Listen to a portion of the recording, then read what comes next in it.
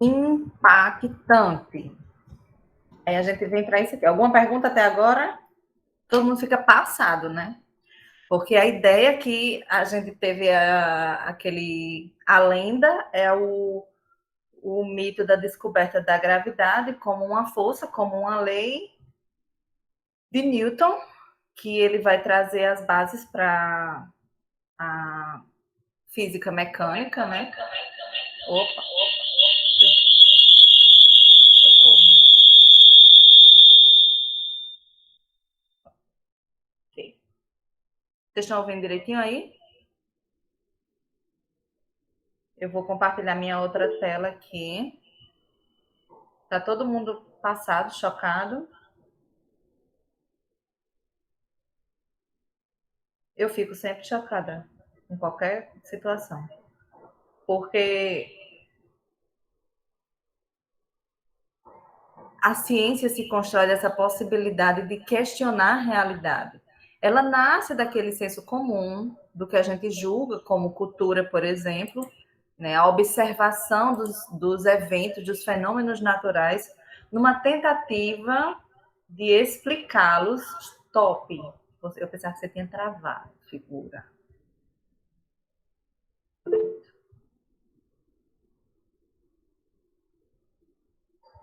É, eu gosto muito dos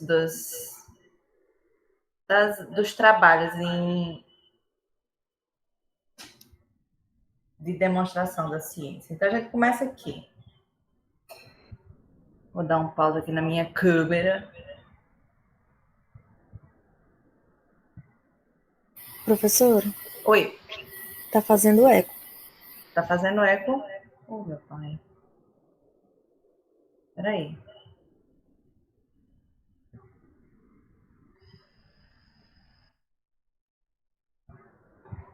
Eu vou cortar o alto-falante aqui. E é porque eu botei bem baixinho, então eu não sei como é que desliga. Pronto, e agora? Pronto. Parou? Tá, vamos lá. Deixa eu ficar até tarde ontem travando essas figuras. Aqui é quando elas vão dar uma saída. Então, quando a gente chega em meados, né, finalzinho da Idade Média, século XIV, XV, a gente tem uma mudança na leitura, na percepção de mundo, daquela cosmologia associada aos mitos, ao esoterismo, aos conhecimentos nascidos anteriormente, que vêm desde a antiguidade, dos sumérios, babilônios, e que foram sendo agregados por diferentes culturas, como era o caso da astronomia, que nasceu a astrologia, como que as nossas vidas estivessem sempre influenciadas pelo movimento dos astros e que eles determinariam com um determinado alinhamento no céu, eles determinariam o desenvolvimento da nossa personalidade, das nossas potencialidades, de nossos traços de comportamento, mas que nós conhecíamos muito pouco, porque os instrumentos que tínhamos, de que dispunhamos naquele tempo para medir a realidade, para medir os fenômenos de natureza, eles não existiam. Então, as teorias elas se elaboravam a partir do que era observado, a experiência do senso comum, do dia a dia, do homem comum, e aquilo era assimilado como que explicações que muitas vezes eram mitológicas, né, das leis do mundo. E aí é o que a gente chama de cosmologia, que essa cosmologia estaria relacionada a uma inteligência superior que teria criado o mundo, que são assim que as religiões se desenvolvem, porque são assim que os mitos são construídos. Mas o modelo geocêntrico, ele foi predominante, ele predominou bastante até meados e até a finalização da Idade Média, da transição da Idade Média para a Idade, né, do Renascimento, das luzes, para a Idade Moderna, porque você tinha essa diferenciação aqui. Deixa eu ver se eu encontro aqui. Eu quero um laser. Sim, tá aqui. Você tem a Terra, como o centro do universo, como o centro de tudo, ao redor da qual os demais planetas, e no caso a Lua, o Sol, revolveriam. Hoje a gente sabe que, pela física moderna, é impossível que isso aconteça, porque até a trajetória da luz estaria atrasada com relação tanto aos movimentos desses astros, e que essa teoria, essa forma de ver o mundo, que vinha desde lá dos antigos gregos, como era o caso de Aristóteles, e a gente estabelece, por exemplo, que existia esse modelo aristotélico, meio a forma platônica de ver o mundo, e a gente vai entender por quê. Então, vinha desde os antigos essa percepção de que a Terra era o centro de tudo. Mas antes de perceber isso, que a Terra era o centro do universo e que seria uma alegoria para entender que estaríamos rodeados pelo universo, e nos limites desse universo conhecido estariam as estruturas celestiais e o grande criador de tudo, e todo o círculo místico e todas as histórias místicas estariam se revolvendo em torno desses processos. As concepções de Aristóteles, por exemplo, a gente tende a conhecer muito pouco, porque a gente estuda muito pouco filosofia. O aluno normal normalmente vai questionar: para que eu estudo filosofia? O que isso tem a ver com a minha vida? Tudo, porque se os antigos gregos, os antigos filósofos não tivessem questionado como que a natureza funcionava, como que existiam diferenças entre caramujos de determinada lagoa, determinada região mais úmida, entre a Itália e a Grécia, a gente teria pouco desenvolvimento das ciências naturais. Isso é um exemplo. Esse é um exemplo, até chegarmos ao que nós temos como uma das maiores teorias biológicas, que é a teoria evolucionista de Darwin, nasce de grandes estudos ou grandes teorias, como era o caso de Aristóteles, que era naturalista, um grande naturalista, e que nós temos pouco conhecimento. Pós-Aristóteles, a gente tem a fundação do modelo que nós chamamos ptolomaico, de Cláudio Ptolomeu, ainda advém das famílias egípcias, né? Ptolomeu foi o desenvolvedor do instrumento para se observar, ou para se guiar, através do qual os marinheiros se guiavam através das estrelas, que era o astrolábio. Ele sistematizou esse modelo geocêntrico, e ele propunha que as órbitas dos planetas e dos astros e todo o universo em torno da Terra, que é uma alegoria para dizer que é o homem que está aqui, somos nós que somos o centro do universo, e que as preocupações cósmicas e da grande mente do universo se tornam diretamente só para a Terra, né? É uma teoria... Hoje a gente sabe que guarda muita dogmatização, muita lenda, muita crença no sobrenatural, mas também reflete o tempo, reflete o desenvolvimento e a disponibilidade de recursos, de possibilidades de questionamento do que era dogmatizado, sobretudo pela própria igreja. O modelo geocêntrico era o único modelo, por exemplo, que conseguiria justificar toda a saga bíblica, desde a criação do mundo, como que o mundo fosse nascido tão somente, exclusivamente em favor da Terra, do planeta Terra, né? Como que todo o mito da criação, a antiga e nova aliança, pudessem acontecer aqui, e que o teatro do universo seria essa Terra, né? Então, sistematizada por Ptolomeu, foi pouco questionada até chegarmos à Idade Média, e pelos antigos, e a essa altura eles falavam que a única forma de traduzir o universo, deixa eu melhorar aqui essa disponibilidade, então, que a melhor forma de demonstrar o universo era através da geometria, que era o que os antigos gregos acreditavam, que a matemática era a única forma de traduzir o universo através da geometria. Quando a gente chega na Idade Média, esses estudiosos eles passam a propor, a teorizar que a única forma mais confiável e mais inteligente de responder às questões do mundo era através da matemática, da álgebra, né? Que a linguagem matemática é que traduzia o mundo.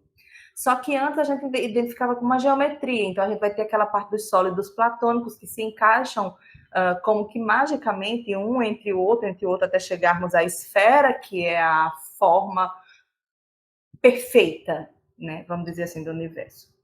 E que esses orbes, que esses corpos celestes realizavam órbitas perfeitamente circulares em forma da Terra. Aí eles tinham a descrição das 48 constelações clássicas, e a única forma que eles tinham de determinar essas constelações era na observação a olho nu do espaço ao longo do tempo, por isso que eles achavam que tudo girava em torno da Terra, porque hoje eu estou observando a constelação de Órion, amanhã ela já não está mais aqui, ela está em um outro lugar, então só isso pode explicar por que tudo está girando em torno de nós.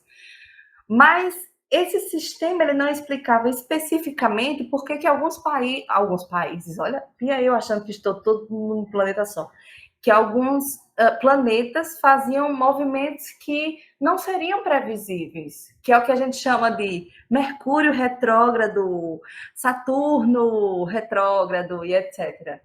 E aí, ao invés de eles seguirem determinada trajetória, eles, na verdade, em determinado período do ano, estavam correndo no movimento oposto.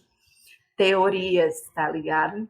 Então, durante quase 13 séculos, essa era a teoria inquestionável, indubitável, e era ela que determinava o curso da história, o curso das organizações políticas e sociais, porque em torno dela também se pautava a distribuição e a influência dos astros sobre o planeta. As pragas, os deuses, as vitórias, as mudanças para o bem ou para o mal estavam regidas pelo zodíaco, por exemplo. Mas junto com essa astrologia que vinha se desenvolvendo, outra ciência que a gente poderia chamar na época seria a alquimia. A química de hoje nasce da alquimia, que era aquela tentativa que a gente chamava os alquimistas, os guardadores dos grandes mistérios, que transformavam metais em ouro. A gente sabe hoje em dia que a alquimia, na verdade, que a gente vai compreender é a alquimia da alma, da transição dos processos internos. Transformar ferro em ouro seria transformar o ser humano em seu estado mais bruto em algo mais delicado e provido de conhecimento superior. É o que a gente teoriza sobre a alquimia, na verdade. É impossível a gente transformar ferro em ouro, enfim, dessa maneira. E aí a gente tinha esse nascimento dos saberes e que hoje a gente sabe que não são necessariamente ciências, são teorias, são correntes. Mas a ciência ela tem características muito específicas que vocês vão sedimentar conforme forem finalizar a leitura, lá de Marconi e Lakatos, capítulo 3, tá? As características do que é ciência, do conhecimento científico. A gente tem o conhecimento científico, o conhecimento religioso, o senso comum, e a gente vai discutir direitinho como que eles nascem. Então, desse modelo geocêntrico, muitas artes, a gente chama hoje arte, mas que naquele tempo não era tido como arte, não era feita por subjetividade, elas eram os trabalhos artísticos, que nós falamos, hoje denominamos o termo artístico hoje, na verdade eram desenvolvidos por artífices, que eram esses trabalhadores que realizavam serviços mediante encomendas. E aí o século XIV é muito bem nutrido deles, que vão ser Da Vinci, Michelangelo, Vasari, Ficino, Botticelli, Sanzio. E eles eram financiados por grandes mecenas ou famílias conhecidas naquele período, que normalmente essas famílias de mecenas eram famílias que geriam cidades-estados como Florença, Veneza, Roma, Milão e tal. Sendo que Roma estava lá o Papa, né? E o Papa antes não era a mesma imagem que a gente tem dele hoje, porque durante muito tempo a eleição de um Papa se dava não por valores cristãos, mas claro que existe hoje ainda, mas era tão somente um jogo de poder e política, né, para a disputa de quem tinha maior capacidade técnica, maior capacidade bélica, maior capacidade econômica de tornar aquela região a maior do mundo. Talvez ainda fosse uma herança daquelas culturas que iam morrendo, como foi o período de ouro helenístico, né, da filosofia grega. Depois a gente tem Roma, maior império que existiu e que caiu. E aí, na Idade Média, a gente tem o renascimento de grandes outras regiões, como as cidades-estados. E aí, Florença e Milão foram o grande florescimento de artífices como esse, do que hoje nós consideramos arte, mas naquele tempo eram trabalhos encomendados. O Davi, por exemplo, eu até fiz, eu sou apaixonada por essa arte. O Davi de Michelangelo, ele tem 5 metros de altura. Eu estou segurando 5 metros de altura. 5 metros, e ele foi construído para denotar a força e a potência da família Medici na região. Ele é um elemento alegórico, mas a estátua dele era em alusão a Cosimo de Medici, que era o primeiro grande mecenas da família, que tinha uma rixa, um ranço terrível com a família de Pazzi, e que esses idas e vindas e inimizades determinavam atentados e tal, não era só aquela coisa romântica que a gente conhece, não. O papel desses artífices nesse período seria resgatar os antigos, os saberes antigos, né, para superá-los. A arte ela não tinha o mesmo conceito que hoje em dia. Eles só queriam corresponder ao que era financiado. E a maioria desses artífices também era extremamente influenciado por artes como a filosofia, por exemplo. Ok? Aqui e acolá eu vou colocando um QR Code, você aponta aí para a sua tela e abre esses links aí, tá bom? Porque são links adicionais que vão ajudar a gente a ampliar nossa leitura. Tá tudo bem até agora? Muito impactante. De repente, do nada, surge um cara chamado Nicolau Copérnico.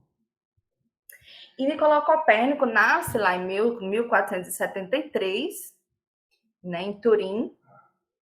Tinha uma relação com as famílias de mecenas, né, e tinha essa possibilidade de estudar os astros. Veja bem, a maioria dos grandes pensadores, principalmente dessa época, tinha uma relação muito íntima com o financiamento dos seus estudos. Vai ver um dos próximos, que é Tycho Brahe, que ele era bem abastado, e porque ele era abastado, ele teve possibilidade de construir um observatório próprio.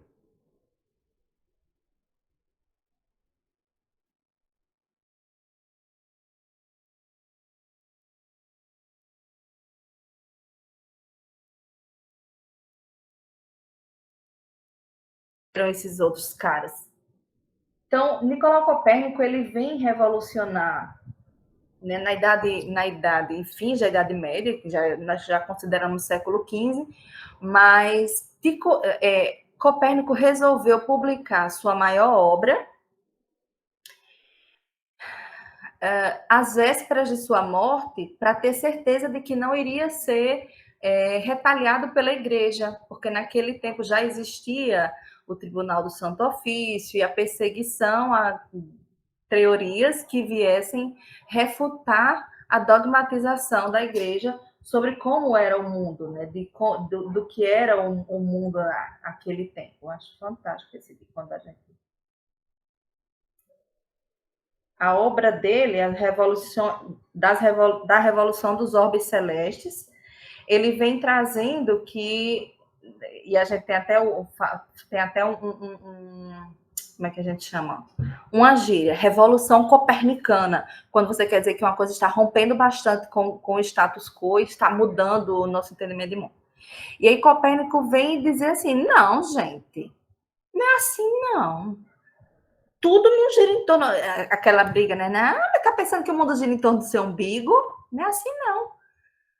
Tudo não gira em torno da Terra, não, minha gente. É a Terra que está girando em torno do Sol. ele chegou com uma tacada de mestre que naquele tempo era impensável o cara chegar desafiando. Não é que ele desafiou e bateu de frente, ele não peitou. Ele passou a vida trabalhando nisso para, no fim da vida, publicar o estudo de sua vida só para não ser perseguido, né, como vinha acontecendo com outros pensadores. Ele era extremamente religioso, assim como Galilei, que a gente vai ver. Então, o compromisso dele com essa verdade dele, com essa teoria, hoje a gente não consideraria uma coisa comum, uma coisa normal, porque se associa muito um grande problema da ciência, o ego do pesquisador. A intenção da pesquisa é publicar, é divulgar, é socializar, mas para muitos cientistas, a grande conquista vem junto com os louros. Né, de ser conhecido, de estar nas mídias, de ser percebido, de ser enaltecido, que não era necessariamente esse o caso, porque os estudos na área da astronomia nasciam tão somente da curiosidade pura desses pensadores. Acontece que quando Copérnico diz que tudo não gira em torno da Terra, mas que nós estamos girando em torno do Sol, ele dá um tapa na cara da sociedade. Só que ele não avança muito com relação a princípios ptolomaicos, porque Ptolomeu dizia que as órbitas eram circulares, porque o círculo é a forma perfeita. Então, não era possível se pensar de outra forma que não essa.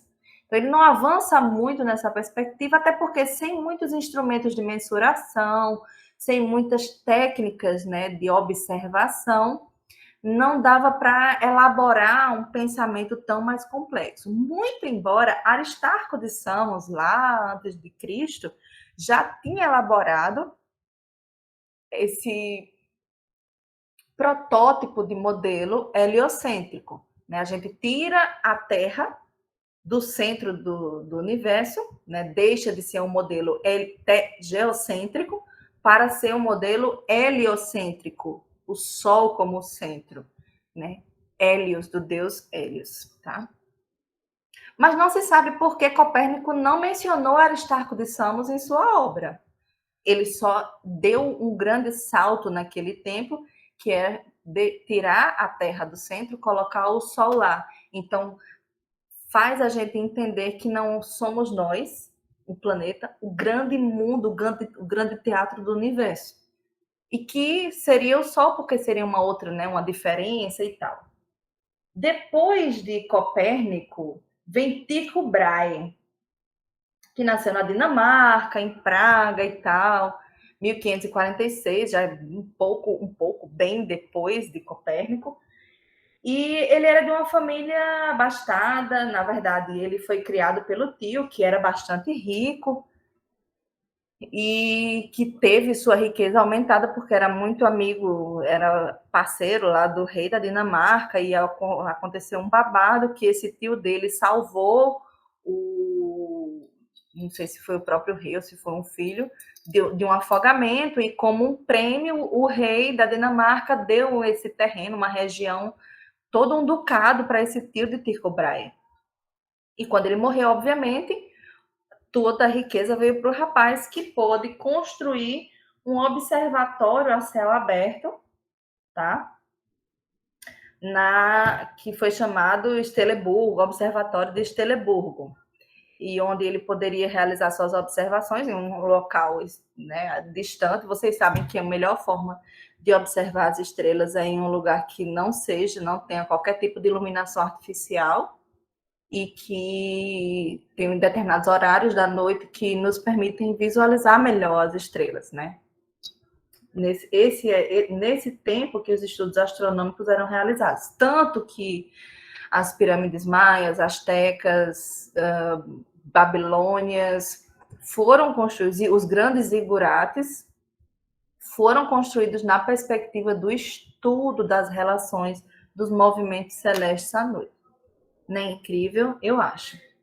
E aí esse rapaz, ele ficou passado, porque um dia ele descobriu que, eu acho que ele tinha 13 anos por aí, antes de ir para a Universidade de Leipzig.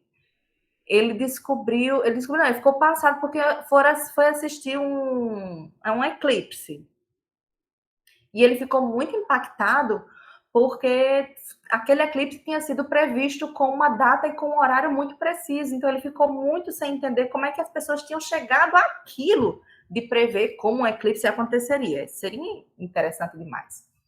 E ele pôde ir para a universidade, né, desenvolver os seus estudos, que na época as universidades eram os redutos do conhecimento, das artes liberais, da escolástica, da oratória, da geometria, enfim, nós tínhamos algumas modalidades de formações que eram muito diferentes do que nós conhecemos hoje como formações em ciências, mas eram os redutos do conhecimento. Era como um processo de iniciação, eram quase sociedades secretas, porque você só tinha acesso ao estudo, ao conhecimento, se você estivesse lá frequentando. Hoje a gente tem acesso ao conhecimento na tela de nossa casa, na palma de nossa mão, sem precisar entrar em alguns círculos muito fechados.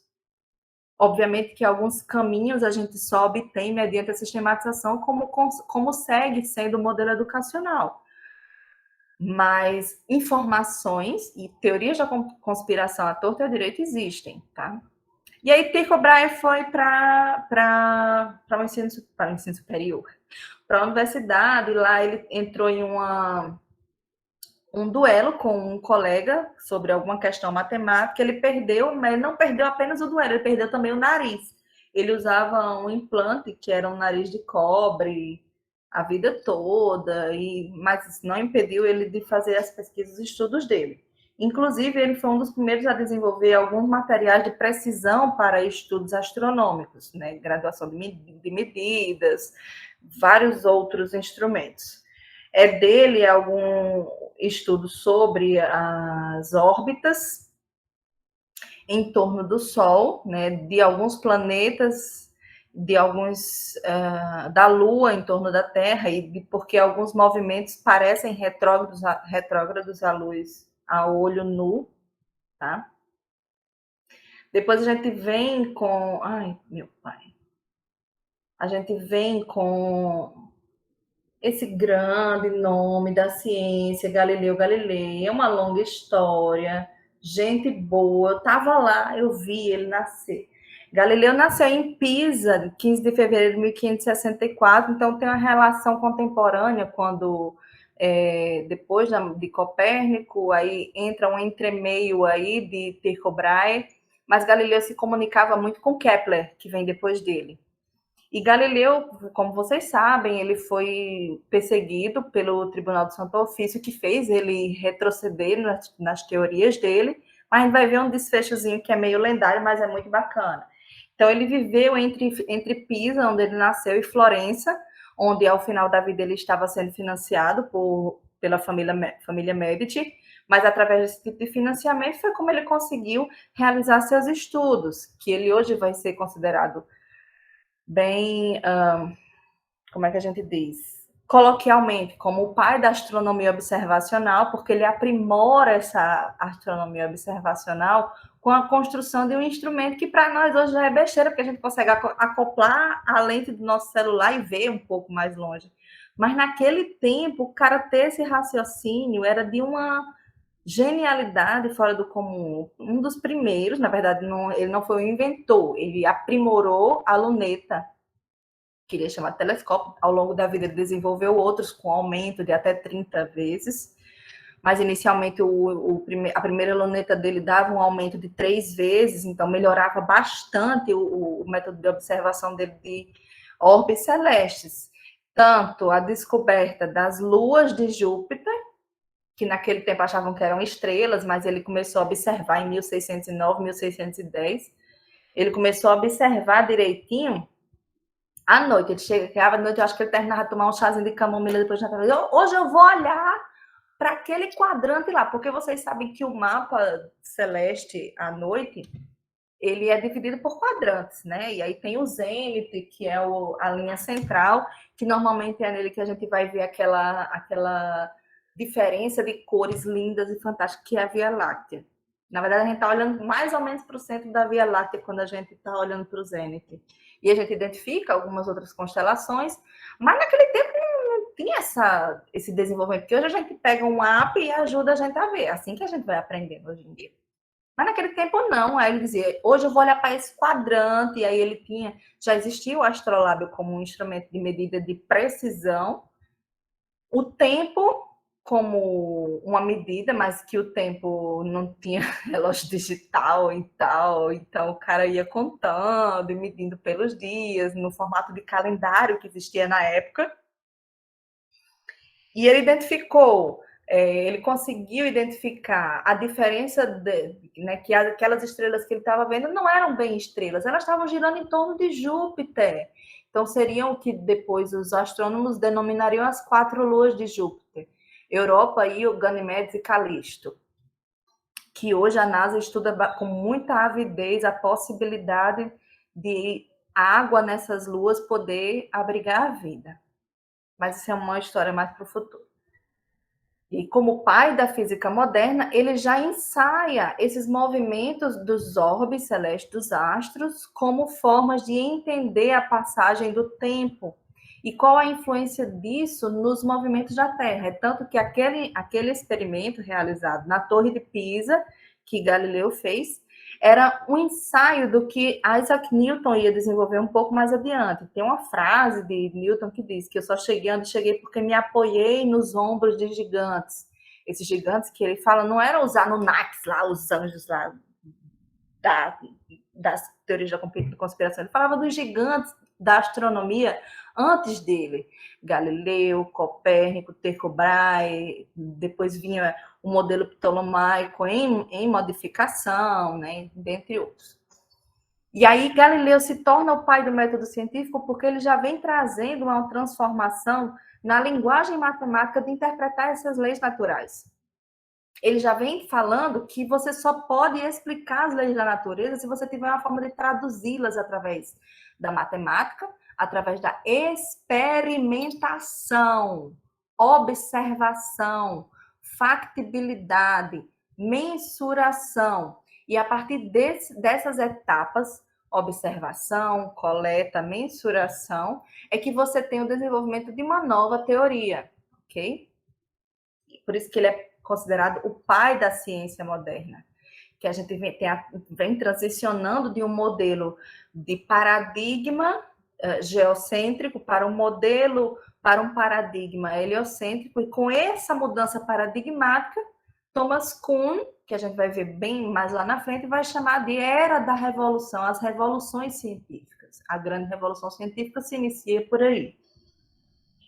Esse livro dele, Sidereus Nuncius, é o Mensageiro das Estrelas, de 1610, foi a obra dele que vem trazendo essas mudanças, essa visão de mundo na diferença dos planetas, e aí ele desenvolveu também, né, além da luneta, ele realizou estudos de óptica para melhor visualização dos corpos celestes, porque ele utilizava lentes específicas. Naquele tempo, algumas lentes eram formadas por esferas de vidro plenas de água, que elas que iam determinar o aumento, né, da imagem projetada na retina que a gente ia conseguir observar. E aí a gente vai ter a imagenzinha dele trabalhando com suas lunetas. Essa luneta ainda tá, dessa figura aqui ainda está bem moderna. E a demonstração de Galileu com relação a alguns membros da igreja, com a qual ele tinha bastante proximidade, e aí ele não tinha a tentativa de romper com o paradigma. A maioria das rupturas paradigmáticas acontecem justamente quando o pesquisador tem muito cuidado em pisar naquele terreno com o qual ele não desejaria romper em termos pessoais. E é o que ele faz na demonstração. Ele está demonstrando que, na verdade, a gente não é que a Terra seja o centro de tudo, mas que, por exemplo, a Lua gira em torno da Terra. Tá entendendo? E ele fez grandes estudos Você pode se dizer, que besteira, o que é isso? O estudo das manchas solares. Tipo aquilo que a gente vê muito nos sites de astronomia, o pessoal falando das manchas solares, não sei o que. Ele já fez naquele tempo, ele já realizou esse estudo de visualização através da luneta naquele tempo. Não sei como chegou, mas enfim. E aí Galileu conseguiu identificar e saber que nós estávamos girando e que existia também as rotações do Sol, porque em determinado momento a mancha estava em um lugar e em outro dia ele conseguia ver essa mancha em um outro lugar. Da mesma forma, a relação com a Lua, com as marés, isso aqui é um desenho dele, de Galileu, da Lua, né? Estudos da Lua, das fases lunares, né? Ele fez estudos sobre pêndulos, né? E o movimento dos pêndulos, que são tipo precursores para o desenvolvimento de relógios de pêndulo, que vocês não conheciam, não chegaram a conhecer. Depois dele a gente tem, tipo... Peraí que tá rolando Ok. A gente tem uma mudança considerável. Peraí que eu volto já para Galileu. Quando a gente tem uma mudança do desenvolvimento da teoria um pouco mais elaborada com Kepler. Kepler resolve sair daquele lugar em que as órbitas são circulares, porque tudo é um círculo perfeito, nananana, os gregos e tal, arte perfeita, ciência perfecta e etc. E ele diz, não, a gente tem diferenças no período de colheita, nos períodos de chuva, nos períodos mais quentes, períodos mais frios. Não existe justificativa para que eu tenha uma órbita perfeitamente circular, porque ela também não explica os movimentos retrógrados. Os problemas dele são esses movimentos retrógrados. Mas nesse período, a essa altura, eles já estavam rompendo um pouco com aquela perspectiva mística, né, de ver o mundo. E as obras de Kepler, né, Astronomia Nova, Harmonices Mundi, Epítome da Astronomia de Copérnico, em Harmonia do Mundo, ele traz a comparação com os sólidos platônicos, e que toda a formação iria ser oriunda ou resultar em algum tipo de sólido perfeito, como eram os sólidos platônicos.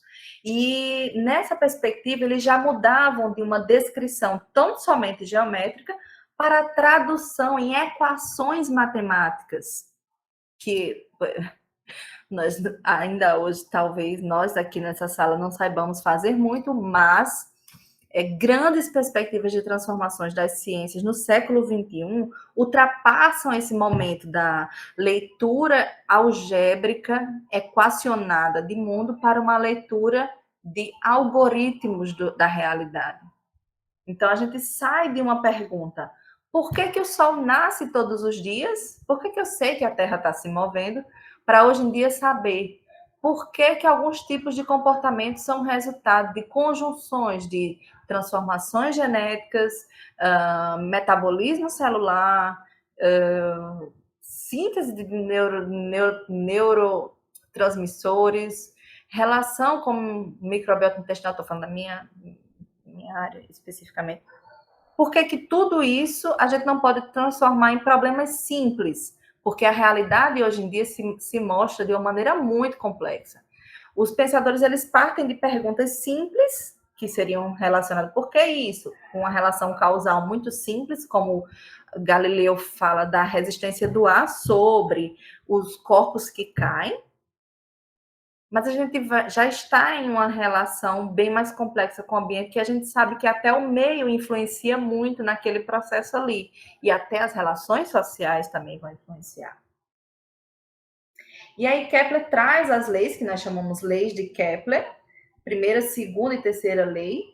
Lei das áreas, que ele vai falar que o tempo para um planeta descrever um arco infinitesimal, deixa eu ver, um arco infinitesimal é proporcional à sua distância ao Sol. Então, essa área aqui, se você for calcular, é igual a essa área aqui.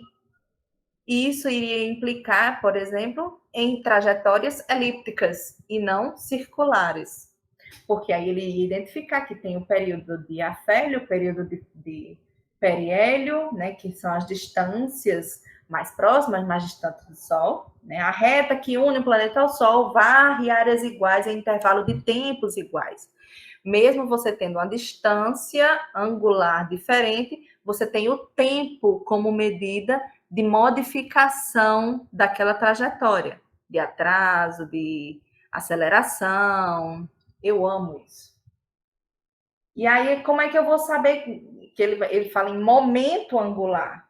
E que diabo é gravidade? Porque nesse tempo ninguém estava falando em gravidade. Gravidade vem lá quando Isaac Newton fala sobre ele. A gente acha que ela é uma força. No final das contas, é o que o vídeo lá no final estava falando, não é porque eles estão se acelerando em direção à Terra. Não é porque os corpos estão se acelerando em direção à Terra que é por isso que eles caem. O mito de Isaac Newton foi uma maçã, mas é um mito, porque não caiu uma maçã de verdade na cabeça dele, não. Ali é uma metáfora. É através do empirismo, que vai ser a observação a partir de questões relacionadas na realidade.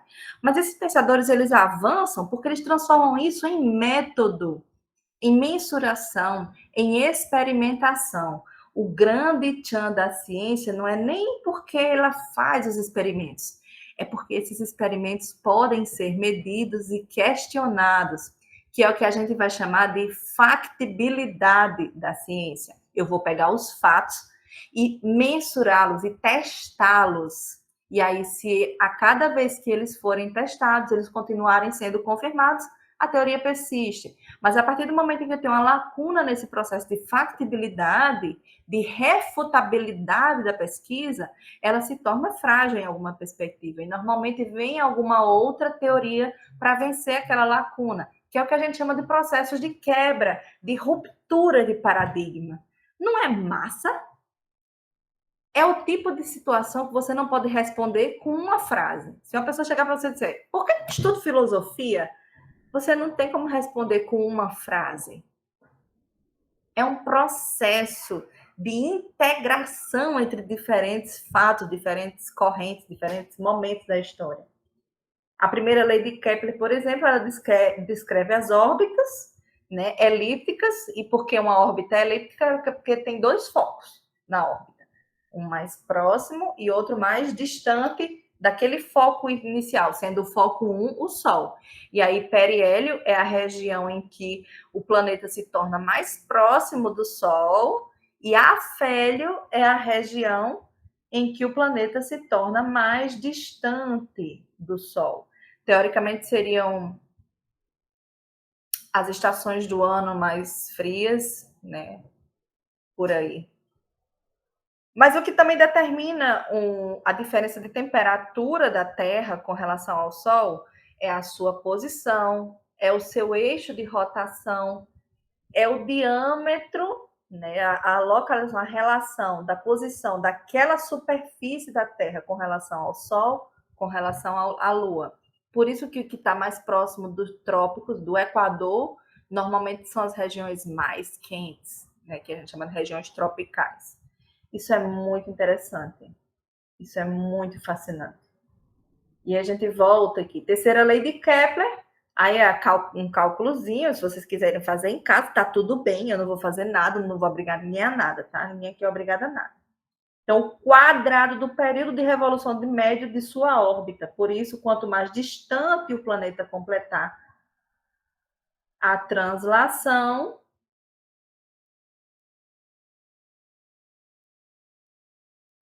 espera aí que está faltando aqui. Quanto mais distante ou mais devagar o planeta completar a translação, mais lento ele estará do Sol, por exemplo. Mais lento ele estará no seu período de translação. Quanto mais distante, mais lento, tá? E a gente vai ter, com essa terceira lei, velocidade variável ao longo da trajetória. Meu Deus, o que é isso? Eu fiz enfermagem, eu não fiz física. Também influencia no desenvolvimento da lei da gravidade. E aí a gente vai avançar lá para Einstein, quando ele fala que grandes corpos com grandes massas deformam o espaço, e ele propõe também a lei da relatividade geral, e o grande tchan de tudo isso é o tempo. a sensação de que o tempo passa mais devagar ou mais rápido para determinada pessoa, em determinada condição. A gente já avança um pouco para um sistema mais complexo de adaptação, com relação às subjetividades, mas existe a possibilidade de elaboração de algoritmos, que são conjuntos de contas também, de cálculos, enfim. E nós, com isso, nós somos frutos de transições, acho tudo, quando ela sai do campo. Transições paradigmáticas. Daqui ela. Aí eu tirei ela daqui. Pronto. Atena. Maravilhosa. Deusa da sabedoria, da guerra, da justiça. Atena é uma variação de Minerva, né, ou vice-versa.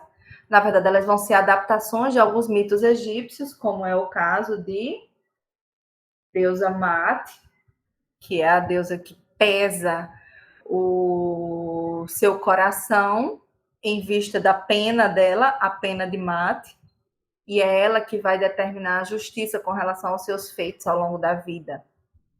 Nós herdamos de sociedades antigas, como é o caso dos egípcios, a sensação de que a gente precisa de uma vida de bem-feitos, uma vida de virtudes para obter uma salvação eterna. Alguns mitos, eles vêm de tradições primordiais. Então, Atena vai ser uma variação disso.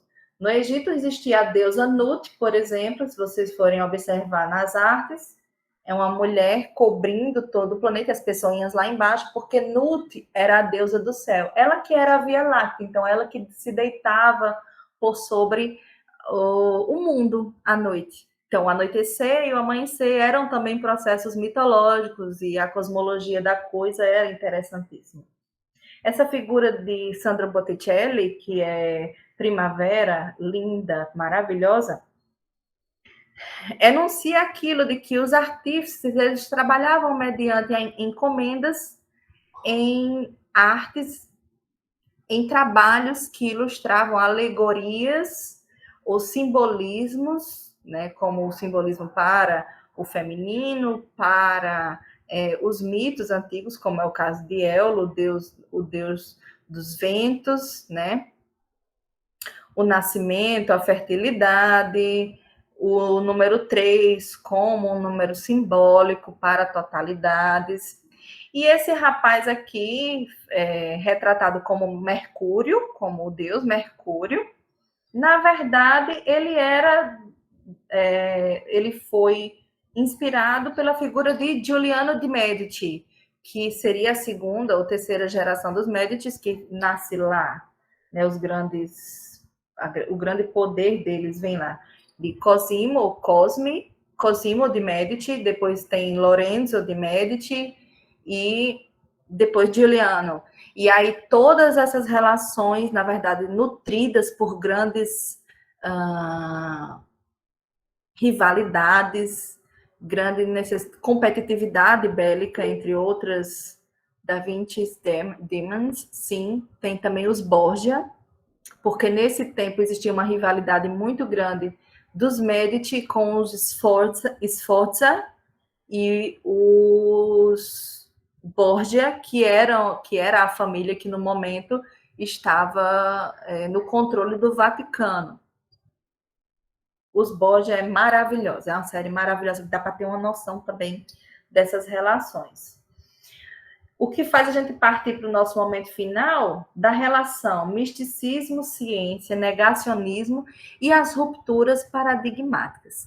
Quando eu tenho uma mudança paradigmática, uma revolução copernicana, uma diferença de pensamento, a tendência do status quo, né, a tendência daquele momento de relações sociais e culturais, é suprimir qualquer tipo de transformação que gere uma necessidade de mudança de postura, mudança de vida de mundo.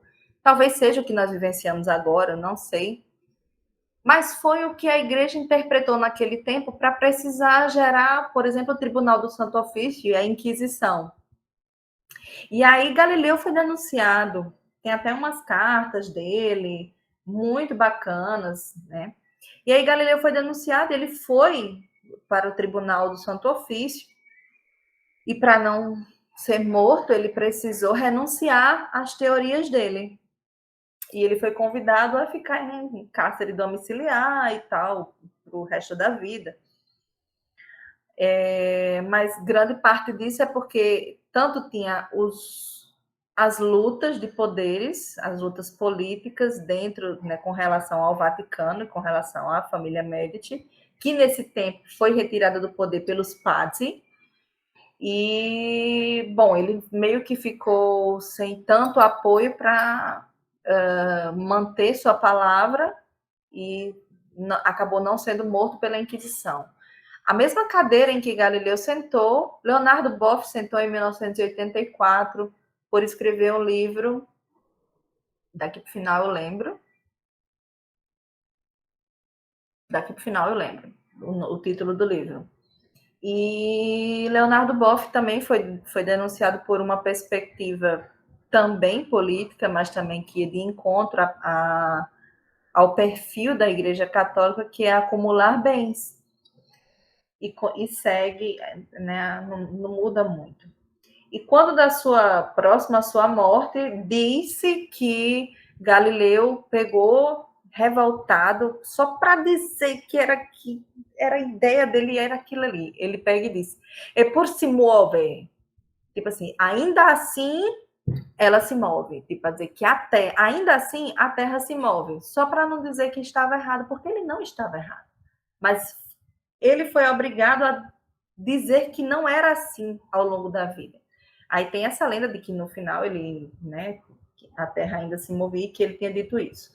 Outro pensador, mas que as ideias dele iam um pouco fora das ciências naturais, ele era muito mais da área da filosofia, era Giordano Bruno, que falava do universo infinito. Ele foi extremamente influenciado pela astrologia árabe, então ele não tinha apenas o pensamento filosófico, mas as ideias dele eram muito menos com relação à experimentação, mas muito mais um modelo teórico de visualização do mundo, uma perspectiva que permitia identificar e dizer assim que existem outras realidades que não a nossa, tipo outros mundos, e que o universo ele seria finito, mas existiriam outros mundos, outras vidas possíveis, né?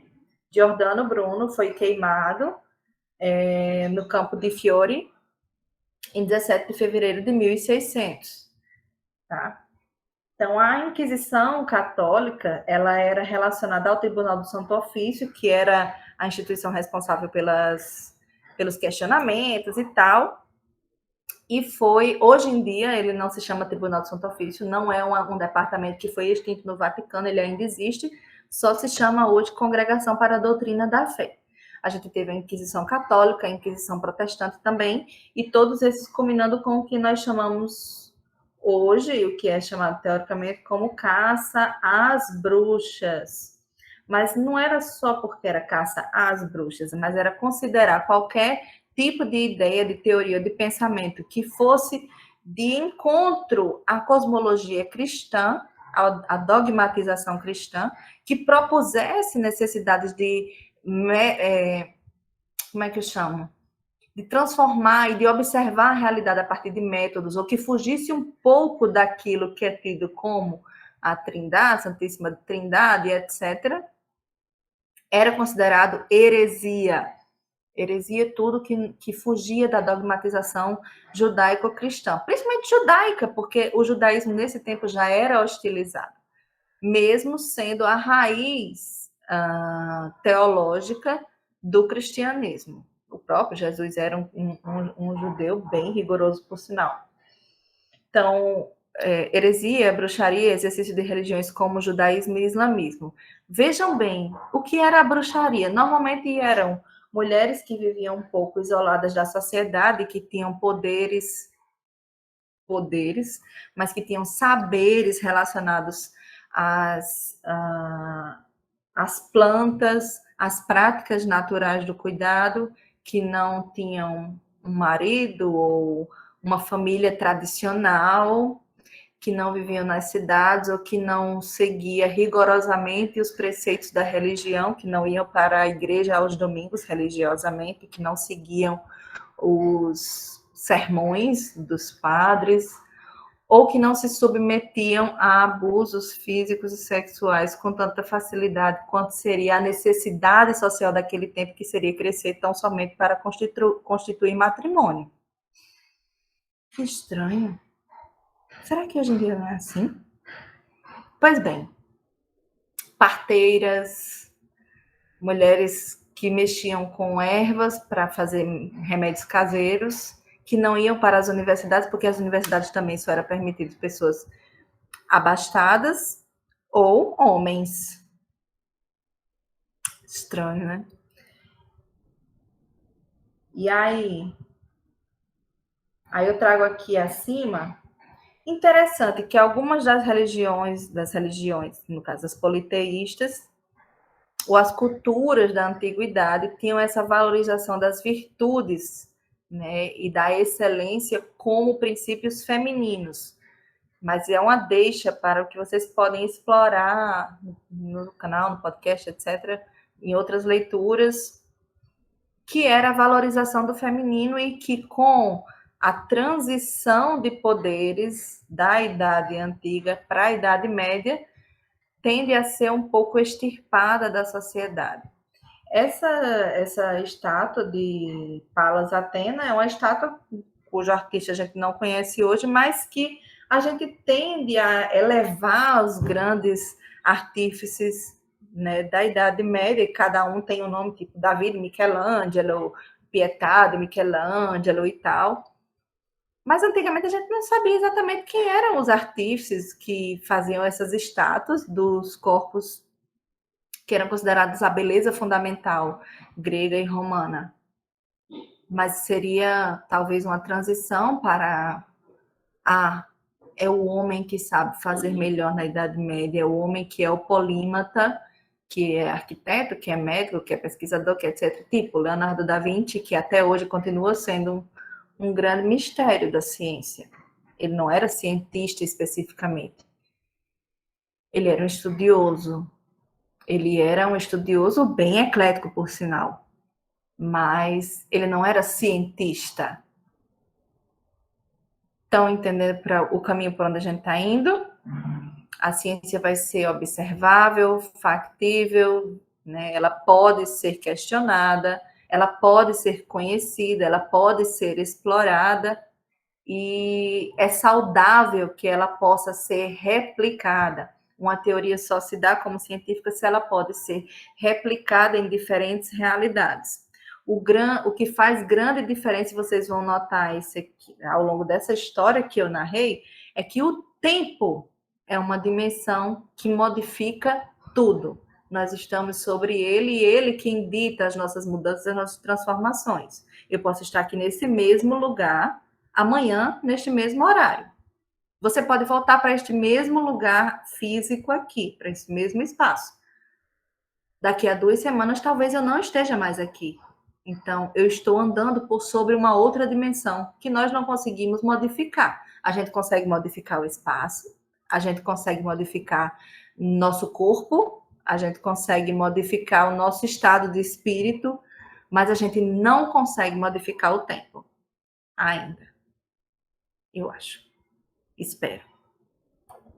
Então, física atômica, química, depois a gente passa para a biologia celular, funcional, pelas ciências sociais, abrangendo o homem, a biologia, a sociologia, aqui, ó, entrando nessas categorias das ciências, passando pelo planeta, né, física, astronomia, geociências, para o sistema solar até chegar ao universo visível.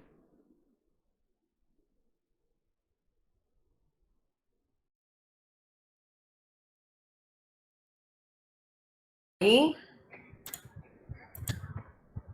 vocês estão aí? Oi?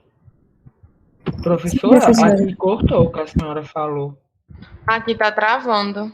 Aqui também travou Tinha um pouco. caído aqui. Pronto. Eu acho que voltou porque eu estou ouvindo vocês. que aqui, esse slide aqui traz a hierarquia das ciências, desde as ciências de partículas até o universo visível. A gente fala universo visível porque é o que a gente consegue observar a partir da, como Natália Pasternak falou, instrumentos disponíveis, no tempo disponível que a gente tem, com as tecnologias de que a gente dispõe, né? E aí a gente tem essas outras teorias, como teorias, né, dos multiversos, né, teorias das cordas, que estão aí por ser confirmadas, porque até agora todas as teorias dos grandes físicos, astrofísicos, cientistas têm sido confirmadas na perspectiva de que elas seguem sendo teorias válidas para explicar determinadas situações, de determinados problemas da realidade, ok? Aí, aqui é só um instrumentozinho para a gente observar. Eu tenho essas perguntas para vocês, né? O que eu tenho entendido por ciência? Tem algumas alternativas aí que vocês podem marcar, mais de uma. Eu não lembro se eu deixei 2 ou 3 que vocês podem marcar cada pessoa. São várias opções. Depois, conhecimento científico se baseia em. E, por último, que episódio ou descoberta científica mais te abisma? O que você conhece? Então, alguns minutinhos para vocês responderem.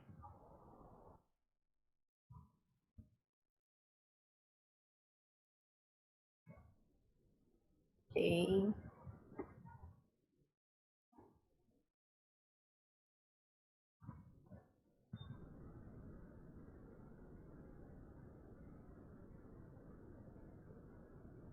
Certo. Pode ir até 3 palavras cada pessoa. Digita a palavrinha. E aqui, por último, você tanto pode elaborar uma pergunta filosófica, uma pergunta existencial. Ok? A gente vai gerando nuvem de palavras. Das opções que estão disponíveis, não tem o certo e o errado, não, certo? Vocês podem marcar mais de uma que vocês considerem certa.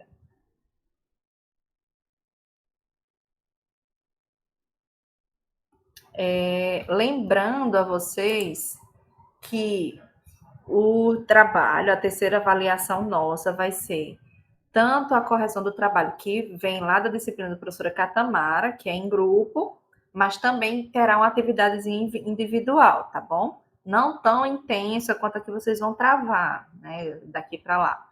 Mas o processo de construção da resenha vai acompanhar o desenvolvimento da nossa disciplina. No próprio livro, Marconi e Lakatos, tem as diretrizes, a orientação de como se faz uma resenha crítica, tá? Já tem as normas para referências e citações. Lá no canal tem um vídeo só sobre a BNT, referências e citações, tá? Mas a gente vai ter aula para isso depois também. E eu estou disponível para ir retirando as dúvidas conforme forem surgindo. Ontem eu já conversei com Catamara, a primeira avaliação de vocês para a disciplina dela não é a apresentação da resenha, mas a apresentação de atividade, né, do vídeo. Eu acho que vocês vão empreender algumas leituras, e eu acho que é por aí. Vocês estão tendo dificuldade com essa primeira pergunta?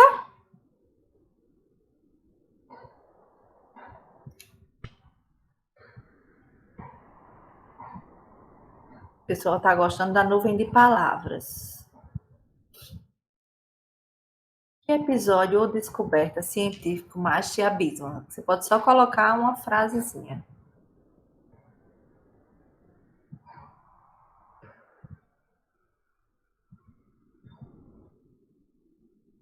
Você não consegue responder nada, Pedro? Por quê?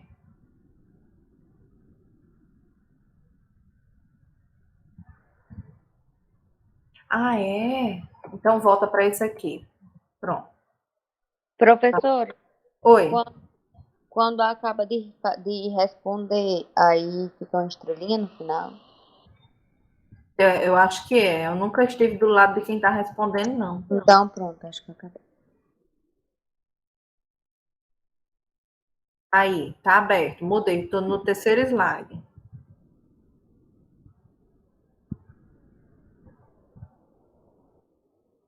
Tá rolando? Pra mim não tá aparecendo. A terceira pra mim também não aparece. Pra mim também não. Será que foi limitado? Porque eu não fiz, porque eu não paguei. Professora, você tem que estar com a tela nesse slide aí. Tem que deixar parado aí pra gente responder. Pronto, tá parado. Tenta aí.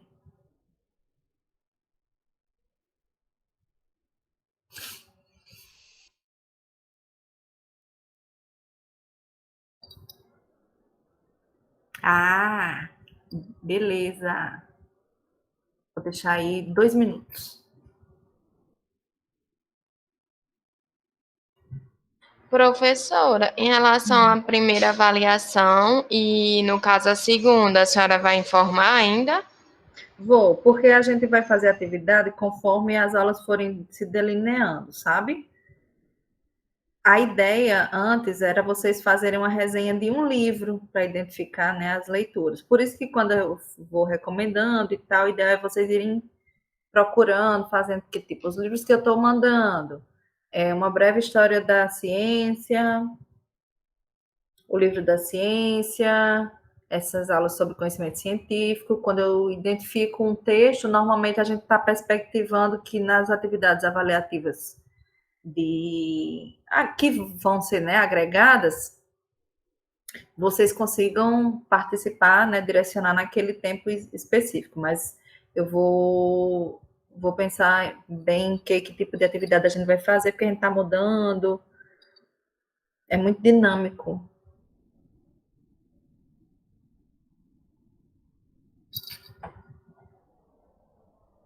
Os buracos negros, teoria da relatividade, o Big Bang, multiversos, o Big Bang, a descoberta da gravidade, relatividade, a ida do homem à lua. Professora, eu sigo sem conseguir responder esse terceiro.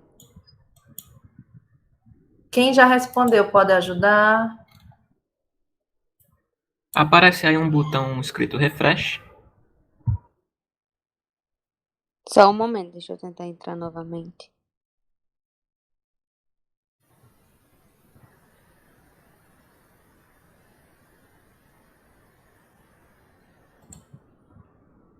Não aparece, aparece como se eu tivesse terminado já. Então você deve ter apertado algum botãozinho de finalizar. Deve ter sido. Multiverso, relatividade, descoberta da penicilina, amo. Gravidade, ida do homem à lua, multiverso, corrida espacial, o universo. Eu gosto do universo. Dá F5, aí volta para o começo. Deixa eu voltar aqui para a nuvem de palavras. Conhecimento científico se baseia em já.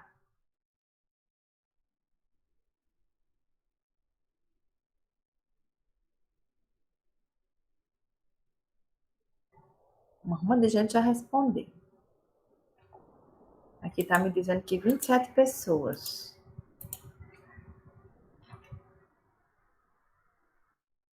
A primeira.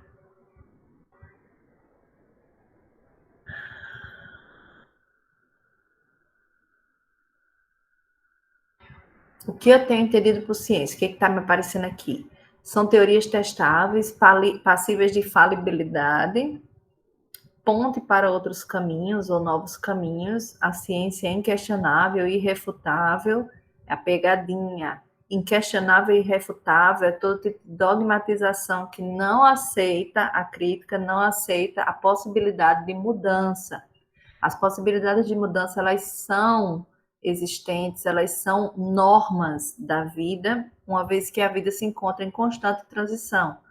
É impossível a gente viver em um sistema, um modo de conduzir a vida que seja constante, imutável, sem perdas, sem concessões e sem transformações internas e externas a vida inteira.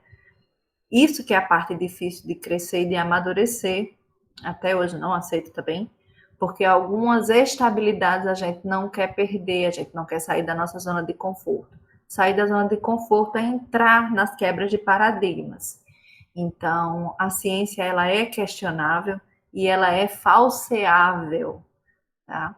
Inquestionável e irrefutável é todo tipo de dogmatização. Dogmatização entra bastante no campo das religiões ou de ideologias totalitárias, certo?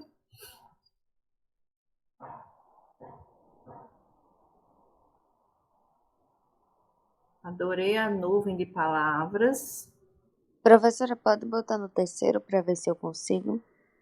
Botei.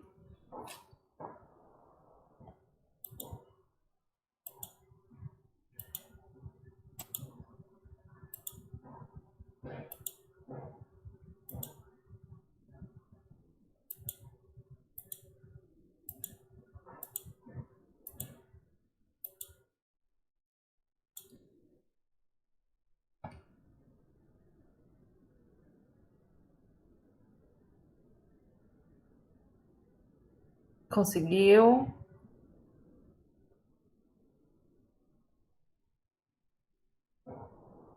Muitos têm curtidas, né, no que a pessoa escreveu também.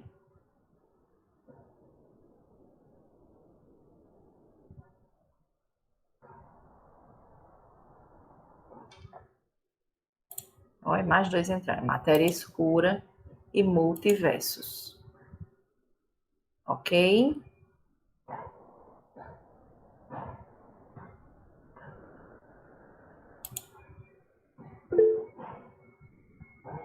Eu Pronto, gosto. professora, ok.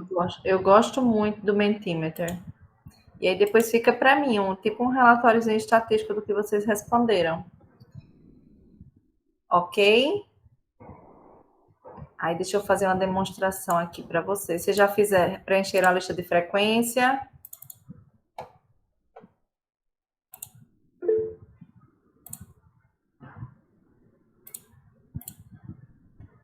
Lista de frequência. Ok. E aí a gente está perto, se aproximando do final da aula. Batemos nossos objetivos de falar sobre a ciência. Eu queria saber o que vocês conheciam, o que vocês escutavam, o que vocês acham massa.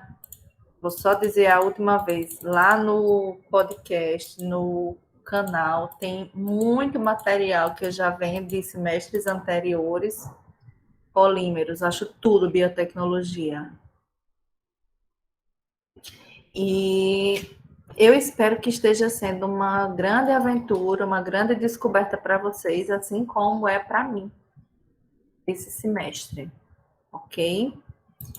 Então, estamos finalizando, que eu vou dar o tempinho para vocês tomarem sua água, seu café. Quero saber se vocês têm alguma dúvida.